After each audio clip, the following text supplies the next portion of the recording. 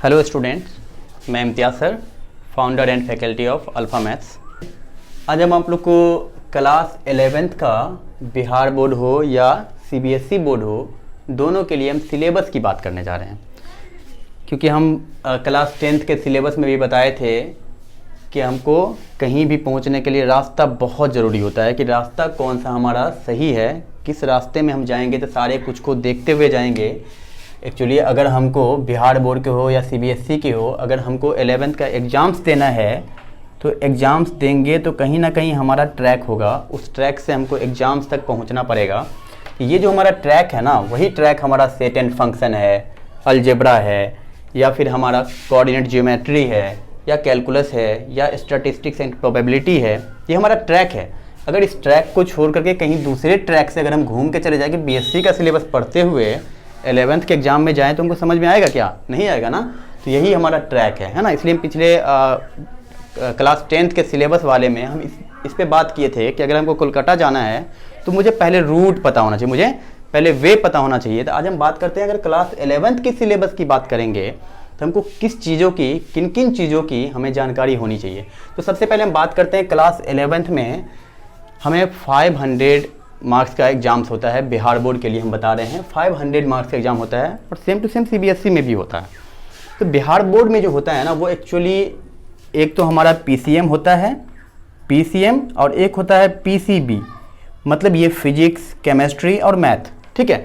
और इसमें physics, chemistry and biology, और बाकी ये 100 मार्क्स का होता है। तो 300 यहाँ से आ जाता है हमारा, ये भी 100 होता है, 300 हमारा यहाँ से आता है। और इसमें जो है या तो एक तो हमारा 50 मार्क्स हिंदी, 50 मार्क्स हिंदी जो है ये कंपलसरी होता है। बाकी का जो 150 मार्क्स होता है वो 50 मार्क्स कोई हम खुद से सिलेक्ट करते हैं, और वो जो 100 मार्क्स है वो भी कोई एक पेपर हम खुद से सिलेक्ट करते हैं। वो उर्दू भी होता है, इंग्लिश होता है, हिंदी होता है, कितने लोग मैथिली ले लेते हैं, बहुत सारा कुछ होता है, वहाँ पे हम लोग सेलेक्ट करते हैं। तो सेम टू सेम इसमें भी वही हमारा सेलेक्ट होता है। हम आज बताने वाले हैं कि मैथ के सिलेबस के बारे में बताना चाहते हैं कि हमारा मैथ का सिलेबस, मैथ का जो हमारा मैथ का एग्ज़ाम देने जाएंगे तो उसके लिए हमको कौन से रास्ते से गुजरना है, क्या सब पढ़ करके हम जाएंगे तो हमारा एग्ज़ाम्स में 100 मार्क्स आने का चांसेस बनेगा। तो इनको हम देखते हैं। तो सबसे पहला जो हमारा यूनिट है वो बाबू हमारा यूनिट है सेट्स एंड फंक्शन। सेट्स किसको बोलते हैं? सेट मतलब सेट समझ, मतलब ये मोबाइल वाला सेट नहीं, फ़ोन वाला सेट नहीं। अगर बात करते हैं हमको ये सेट लिए हैं, वीवो का सेट लिए हैं, वो सेट नहीं। सेट मतलब एक सेट है जो ग्रुप की, एक्चुअली बोलते हैं किसी ग्रुप को ही, किसी ग्रुप के कॉम्बिनेशन को ही हम सेट बोलते हैं। वो हम लोग जब चैप्टर स्टार्ट करेंगे तो सेट को पूरा एक्सप्लेन करेंगे। फिलहाल हम यहाँ पे समझते हैं कि सेट एंड फंक्शन हमारा एक यूनिट है जिसमें हमारा 3 एक्सरसाइज है। 3 एक्सरसाइज है। ये जो हमारा मार्क्स लिखा हुआ है बाबू 23, ये सीबीएसई वाले के लिए लिखा हुआ है। यहाँ से सेट एंड फंक्शन से 23 मार्क्स का सीबीएसई में आता है, जिसमें हमारा 3 एक्सरसाइज है। पहला हमारा सेट है, दूसरा हमारा रिलेशन एंड फंक्शन है। जो ये जो रिलेशन है वो एक्चुअली पूरा का पूरा सेट पे डिपेंड है। सेट मतलब एक कॉम्बिनेशन की बात करेंगे, और रिलेशन मतलब संबंध, संबंध मतलब दो ठो ग्रुप की बात करेंगे, 3 ठो ग्रुप की बात करेंगे, 4 ग्रुप की, मतलब एक से ज़्यादा ग्रुप की बात करेंगे हम। उसके बाद उसी में हमारा रिलेशन एंड फंक्शन है, जहाँ हम लोग डोमेन रेंज की पढ़ाई करेंगे। डोमेन रेंज को हम लोग अच्छे से एक्सप्लेन करेंगे। फिर यहाँ पे सारे ट्रिगोनोमेट्रिक फंक्शन, सारे को ग्राफिकल हम लोग समझेंगे। और थर्ड जो है हमारा ट्रिगोनोमेट्रिक फंक्शन है। ट्रिगोनोमेट्रिक का इंट्रोडक्शन हम लोग क्लास 10th में ही, क्लास 10th के हम लोग सिलेबस में बताएं, उसको भी वहाँ क्लास 10th वाले में देखेंगे। यहाँ पे हम लोग ट्रिगोनोमेट्रिक फंक्शन सारा का सारा ग्राफिकल हम लोग देखेंगे, सारा फॉर्मूला हम लोग ड्राइव करेंगे। तो ये हमारा फर्स्ट यूनिट है। सेकेंड जो हमारा यूनिट है बाबू वो अलजेब्रा है। अलजेब्रा से सबसे ज़्यादा मार्क्स का एग्जाम्स में आता है, अब वो है 30। अलजेब्रा बहुत इंपॉर्टेंट भी होता है बाबू। अलजेब्रा हमको लगभग जितने भी मैथ्स में पढ़ते हैं हर जगह पे अलजेब्रा का टॉपिक यूज़ हो जाता है। तो सबसे पहले इसमें 4 एक्सरसाइज है, 4 एक्सरसाइज है। यहाँ 30 मार्क्स का पूछता भी है।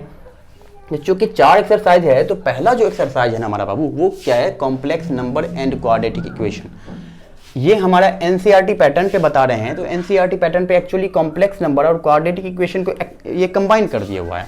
मतलब बहुत शॉर्ट में क्वाड्रेटिक इक्वेशन दिए हुआ है, लेकिन हम यहाँ पे पढ़ाएंगे तो क्वाड्रेटिक इक्वेशन को थोड़ा सा एक्सप्लेन करने की कोशिश करेंगे। तो ये हमारा पहला एक्सरसाइज है, complex number and quadratic equation. Second है हमारा लीनियर इनइक्वालिटी, जिसमें आप लोग 10th में पढ़े होइएगा।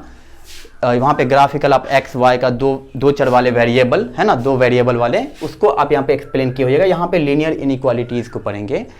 फिर थर्ड है हमारा बाबू permutation and combination. Permutation and combination बड़ी इंपॉर्टेंट टॉपिक है, बहुत इंपॉर्टेंट है, जो हमको लगता है कि मैक्सिमम टॉपिक में यहाँ से यूज़ हो जाता है। प्रोबेबिलिटी हमारा इसके बिना बन नहीं सकता है, स्टैटिस्टिक्स में यूज़ होगा हमारा, आगे भी बहुत सारे एक्सरसाइज में हमारा इसका यूज़ है।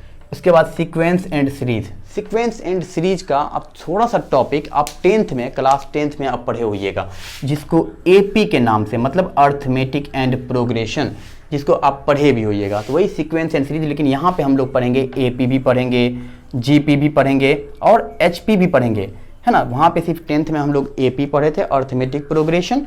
यहाँ पढ़ेंगे एपी पढ़ेंगे, जीपी पढ़ेंगे, एचपी पढ़ेंगे, फिर इसका तीनों का मीन पढ़ेंगे, एम, जीएम, एचएम, मतलब arithmetic mean, geometric mean, harmonic mean, इसको पढ़ेंगे हम यहाँ पे। फिर थर्ड यूनिट है हमारा, थर्ड यूनिट है कोऑर्डिनेट जियोमेट्री। कोऑर्डिनेट हम लोग 10th में भी पढ़े हुए हैं। ये तो हमारा थोड़ा सा 10th में नहीं भी पढ़े हुए, लेकिन ये जो हमारा है अलजेब्रा, ये कोऑर्डिनेट जियोमेट्री, ये हम अच्छे से पढ़े हैं 10th में।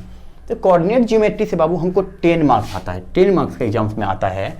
इससे हमको, इसमें तीन एक्सरसाइज होता है। तो पहला हम स्ट्रेट लाइन के बारे में यहाँ पे पढ़ेंगे, मतलब सीधी रेखा के बारे में पढ़ेंगे। दूसरा कोनिक सेक्शन पढ़ेंगे। कोनिक सेक्शन में बाबू हमको बहुत सारा टॉपिक है। सर्कल पढ़ेंगे यहीं से, पाराबोला यहीं से पढ़ेंगे, हाइपरबोला यहीं से पढ़ेंगे, इलिप्स यहीं से पढ़ेंगे। ये सारा का सारा टॉपिक हम कहाँ पढ़ेंगे? कोनिक सेक्शन में पढ़ेंगे। और ये कोनिक सेक्शन पूरा ग्राफिकल है, बहुत इंपॉर्टेंट है, इसको हम लोग अच्छे से देखेंगे। फिर यहाँ पे थोड़ा सा 3 डायमेंशनल ज्योमेट्री का इंट्रोडक्शन पढ़ेंगे, थोड़ा सा, क्योंकि इसका एक्सप्लेनेशन पूरा का पूरा 12th में, लेकिन 12th में जो है वो पूरा का पूरा 11th पे बेस्ड है। 11th के इंट्रोडक्शन ऑफ 3 डायमेंशनल ज्योमेट्री पे पूरा का पूरा 12th का 3 डायमेंशनल ज्योमेट्री पूरा बेस्ड है। इसलिए हम लोग यहाँ पे इसको थोड़ा सा पढ़ेंगे, क्योंकि इसको पढ़ना बहुत ज़रूरी है, तभी हमको 12th का सिलेबस हमको समझ में आएगा। नेक्स्ट है हमारा यूनिट 4 कैलकुलस, जिससे मात्र 7 नंबर का आता है, और इसमें मात्र एक ही एक्सरसाइज भी है, एक ही एक्सरसाइज है। देखिए ये हमारा कैलकुलस है। कैलकुलस जो है ना हमारे 12th में अप्रॉक्स 50% से ज़्यादा कैलकुलस से हमारा मार्क्स आता है। कैलकुलस से 50% से ज़्यादा, क्योंकि यहाँ पे तो थोड़ा सा पढ़ते हैं लिमिट एंड डेरिवेटिव, लेकिन इसी लिमिट, ये जो लिमिट है एक्चुअली ये फंक्शन पे डिपेंड है, और ये लिमिट पे डिपेंड हमारा डेरिवेटिव है। डेरिवेटिव पे इसका एप्लीकेशन है, इंटीग्रेशन है, सारा का सारा आप लोग फिजिक्स में देखते होइएगा, थोड़ा सा यूज़ किए होइएगा, इंटीग्रेशन, डिफरेंशिएशन, यही हमारा डेरिवेटिव है। एक्चुअली dy/dx है ना, जहाँ भी पढ़ते होइएगा, ये डिफरेंशिएशन नहीं, ये एक्चुअली डेरिवेटिव है ना। इसको हम लोग वहाँ पे एक्सप्लेनेशन के साथ पढ़ेंगे, एक्सप्लेन करेंगे वहाँ पे। तो एक ही एक्सरसाइज है जिससे हमको 7 मार्क्स का आता है 11th में, लेकिन ये बहुत इंपॉर्टेंट है। 12th का लगभग सारा का सारा इस पे डिपेंड है, ये हमारा बेस है। यूनिट 5 और लास्ट है ये स्टैटिस्टिक्स एंड प्रोबेबिलिटी। स्टैटिस्टिक्स इसमें दो ही, इसमें आता कितना है तो 10 मार्क्स के एग्जाम्स में आता है, और इसमें 2 ही एक्सरसाइज भी है। एक है हमको स्टैटिस्टिक्स और दूसरा है प्रोबेबिलिटी, मतलब सांख्यिकी, जो हम बहुत 10th में ही पढ़े हैं, है ना, 11th में ही पढ़ेंगे। प्रोबेबिलिटी भी हम 10th में पढ़े हैं और 11th में भी पढ़ेंगे। तो ये सारे का सारे, ये जो हमारा वे है, तो ये किसके लिए बता रहे हैं कि CBSE वाले के लिए। एक्चुअली ये सिलेबस दोनों का सेम है, चाहे वो बिहार बोर्ड हो या CBSE बोर्ड हो, लेकिन जो मार्क्स बोले हैं ना 23, यहाँ पे 30, यहाँ पे आपको 10, फिर यहाँ पे आपको 7, यहाँ पे आपको 10, ये जो टोटल ऐड कीजिएगा तो ये हमको आता है 80 मार्क्स। तब बोलिएगा सर ये 80 मार्क्स का थोड़ी ना होता है, ये तो मैथ में 100 मार्क्स का होता है। नहीं बाबू, CBSE वाले के लिए 80 मार्क्स का ही होता है। जो CBSE के बच्चे होंगे उनको पता होगा वो सिर्फ 80 मार्क्स का होता है। ये जो 20 मार्क्स बचता है ना, वो उनका इंटरनल एग्जामिनेशन होता है, वो इंटरनल होता है, यहाँ से इनका मार्क्स जुड़ता है, तो ओवरऑल 100 होता है। लेकिन बिहार बोर्ड वाले के लिए ऐसा नहीं है। बिहार बोर्ड के लिए थोड़ा सा इसमें पूरा का पूरा मार्क्स हमारा 100 मार्क्स यहीं से आ जाता है। ठीक है, इसको हम लोग बाद में बता देंगे, कौन से जब हम स्टार्ट करेंगे यूनिट तो बता देंगे बिहार बोर्ड का लिए कौन से किस में कितना आता है, सारा कुछ बता देंगे। फिलहाल अभी तो थोड़ा वैरी कर दिए हुआ है, थोड़ा कम ज़्यादा होते रहता है। डबल एग्जाम में डबल क्वेश्चन आता है, 200 मार्क्स का क्वेश्चन आता है, लेकिन ये CBSE वाले के लिए सेम अभी भी है। इसलिए अभी हम CBSE वाले के लिए सिर्फ बताएं हैं, बिहार बोर्ड वाले के लिए नहीं बताएं। लेकिन सिलेबस हमारा जो बाबू बिहार बोर्ड के लिए है वही हमारा CBSE का है। तो आप लोग सिलेबस को अच्छे से समझ गए होंगे। उम्मीद करते हैं कि आप लोग CBSE वाले हो चाहे बिहार बोर्ड हो, सबको सिलेबस अच्छे से समझ में आ गया होगा। और आप लोग पहले सिलेबस को समझ लीजिए। हम आपको पहला जो लेक्चर डालने वाले हैं वो डालने वाले हैं सेट पे। 11th का जो पहला लेक्चर हमारा आएगा वो नेक्स्ट डे कल आ जाए या फिर परसों आ जाए, वो आपको सेट पे हमारा लेक्चर आएगा। आप लोग हर एक क्लास हमारा कीजिएगा, कंटिन्यू क्लास पूरा देखिएगा, सारा का सारा, आपको कहीं भी क्लास करने की ज़रूरत भी नहीं पड़ेगी, आपको सारा का सारा यहाँ से कवर हो जाएगा। एक एक क्वेश्चन फुल्ली एनसीईआरटी हम आप लोग को कवर करवाएंगे। आप लोग जो भी हैं, अगर हमारा ये सिलेबस पढ़ाने का तरीका, सिलेबस समझाने का तरीका अगर आप लोग को अच्छा लगा हो तो इस वीडियो को आप लाइक करेंगे, सब्सक्राइब भी कर देंगे, और हो सके जितने भी फ्रेंड हो, क्योंकि किसी को नहीं बताने वाले से ऐसा थोड़ी कि हम बहुत खुश हो जाते हैं। ऐसा नहीं है कि किसी से कुछ छीन लेते हैं, किसी को नहीं देते तो हमको ऐसा लगता है कि यार हम ही करेंगे, अब हम ही कर सकते हैं। ऐसा नहीं है। अगर मेरे वजह से कोई दूसरा कोई पढ़ता है, मेरे वजह से दूसरा कोई जानता है, तो ये बहुत खुशी की बात है ना। इसलिए आप लोग जहाँ जितना हो सके उतना शेयर भी कीजिएगा, हर एक स्टूडेंट के पास पहुँचाने की कोशिश कीजिएगा। आप लोग थोड़ा इस पर पढ़ने की कोशिश कीजिएगा, और हम नेक्स्ट वीडियो आपको सेट पे पूरा एक्सप्लेन सेट को हम पढ़ाने वाले हैं। उसके बाद उस पर फिर क्वेश्चन बनाएंगे एनसीईआरटी से। ठीक है बाबू, धन्यवाद।